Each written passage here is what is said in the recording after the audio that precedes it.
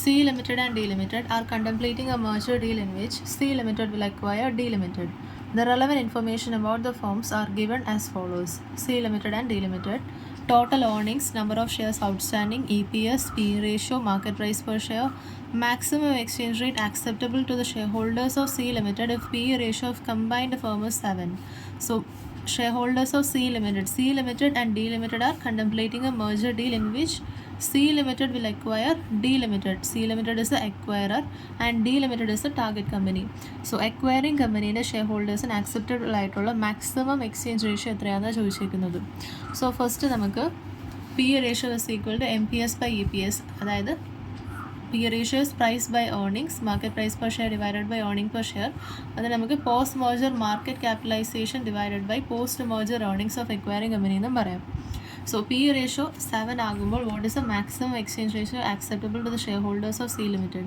Post merger market cap നമുക്കറിയില്ല. Post merger earnings എന്ന് പറയുന്നത് total earnings of C Limited and D Limited ആയിരിക്കും.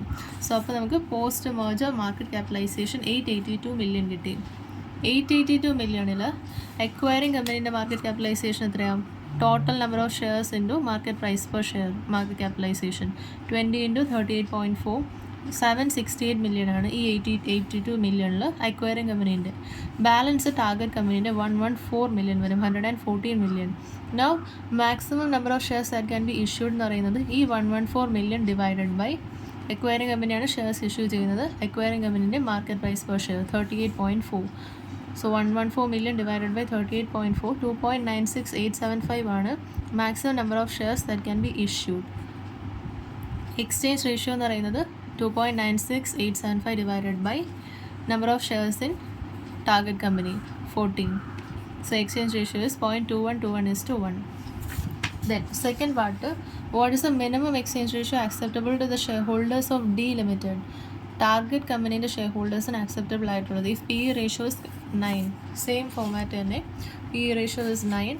9 is equal to post merger market capitalization divided by post merger earnings. Post merger market capitalisation കണ്ടുപിടിക്കണം. Earnings എന്ന് പറയുന്നത് 96 + 30, so 1134 million ആണ്. നമ്മളോട് വെച്ചിരിക്കുന്നത് minimum exchange ratio acceptable to shareholders of D Limited ആണ്. D Limited is a target company. So target കമ്പനീൻ്റെ market capitalisation എത്രയാണ്? Number of shares into market price per share 14 × 15 210 million ആണ്. Balance ആണ് acquiring കമ്പനീൻ്റെ 924 million ആണ്. അത് divided by number of shares outstanding 20 ചെയ്താൽ price for market price per share 46.2.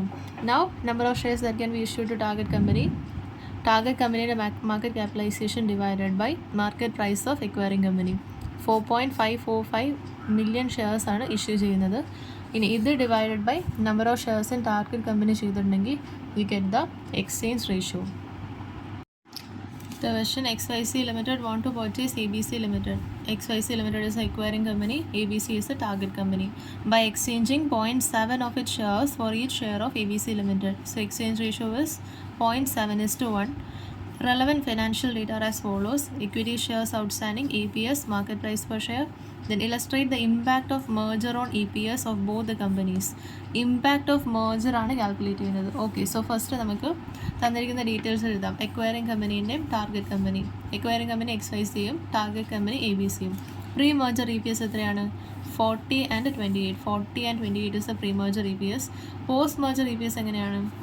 Acquiring കമ്പനീൻ്റെ post merger EPS എന്ന് പറയുന്നത് post merger earnings divided by post merger number of shares. Post merger earnings എന്ന് പറയുമ്പോൾ total earnings എത്രയാണ്?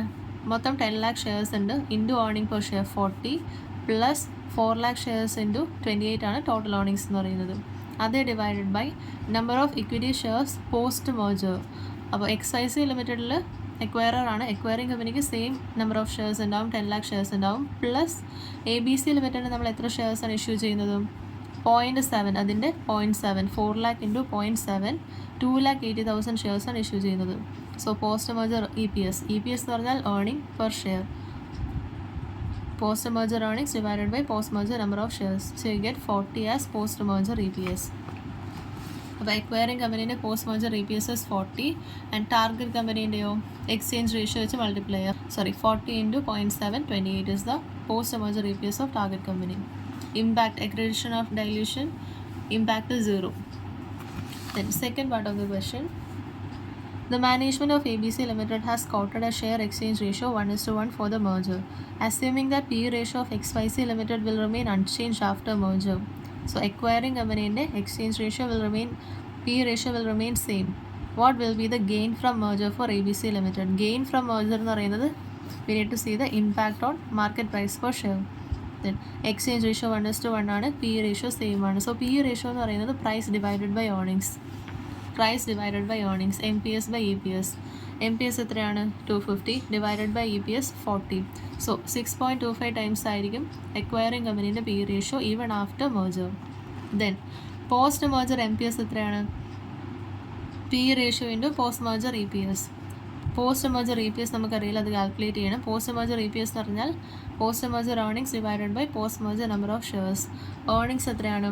10 lakh shares into 40 plus 4 lakh shares into 28 divided by post merger number of shares 10 lakh plus 4 lakh. 4 lakh എടുക്കുന്നത് 1:1 ആണ് exchange ratio, അതുകൊണ്ടാണ് 4 lakh എടുക്കുന്നത്. So നമുക്ക് post merger EPS 36.57 കിട്ടി. So post merger MPS എന്ന് പറഞ്ഞാൽ P/E ratio into post merger EPS 228.57. Now impact on MPS for ABC and XYZ എന്ന് പറയുമ്പോൾ പ്രീ merger MPS എത്രയാണ്? 250യും 160യും. പോസ്റ്റ് merger EPS നമ്മൾ കാൽക്കുലേറ്റ് ചെയ്തു. Post merger MPS of acquiring companies 228.57. ABC Limited ആയി ടാർഗറ്റ് കമ്പനീൻ്റെ സെയിം ആയിരിക്കും because exchange ratio is 1:1. So second part നമ്മൾ എങ്ങനെ ചെയ്ത് P/E ratio സെയിം ആണെന്ന് പറഞ്ഞിട്ടുണ്ട്. സോ P/E ratio കണ്ടുപിടിച്ചു ഫസ്റ്റ്.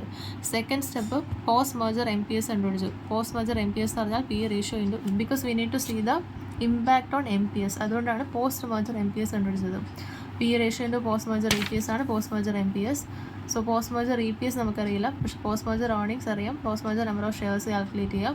സോ ഈ get post merger EPS and MPS കിട്ടി. 1:1 റേഷ്യോ ആയതുകൊണ്ട് സെയിം ആയിരിക്കും. Third part, determine the maximum exchange ratio acceptable to the shareholders of XYZ Limited. So XYZ Limited is the acquiring companyക്ക് acceptable ആയിട്ടുള്ള maximum exchange ratio. So first നമ്മൾ market capitalisation കണ്ടുപിടിക്കണം. P/E ratio same ആണ്, നേരത്തെ ക്വസ്റ്റനിൽ പോലെ തന്നെ എടുക്കാം. 6.25 is equal to market capitalisation post merger market capitalisation divided by post merger earnings. So post merger market capitalisation X ആയിട്ട് എടുക്കാം. പോസ്റ്റ് മെർജർ ഏർണിങ്സ് എന്ന് പറയുന്നത് earning 40 rupees into 10 lakh share plus 28 into 4 lakh shares. 4 lakh shares എടുക്കുന്നത് 1:1 ratio ആയതുകൊണ്ട് 4 lakh shares തന്നെ. So x നമുക്ക് 3,200 lakhs കിട്ടി. 3,200 lakhs ആണ് മാർക്കറ്റ് ക്യാപിറ്റലൈസേഷൻ. ഇനി maximum exchange ratio acceptable to shareholders of XY Limited. സോ XY Limitedൻ്റെ market capitalisation എത്രയാണ്? 10 lakh shares into market price per share 10 lakh into 250, 2,500 lakhs ആണ്. Target കമ്പനീൻ്റെ balance 3,200 minus 2,500 700. So 700 divided by acquiring കമ്പനീൻ്റെ market price per share ചെയ്യുമ്പോൾ number of shares that can be issued 2.8 lakhs കിട്ടും. ഇതേ divided by number of shares in target company 4 lakh ചെയ്യുമ്പോൾ you get the exchange ratio 0.7:1. So maximum exchange ratio acceptable shareholders of XYZ Limited is 0.7:1.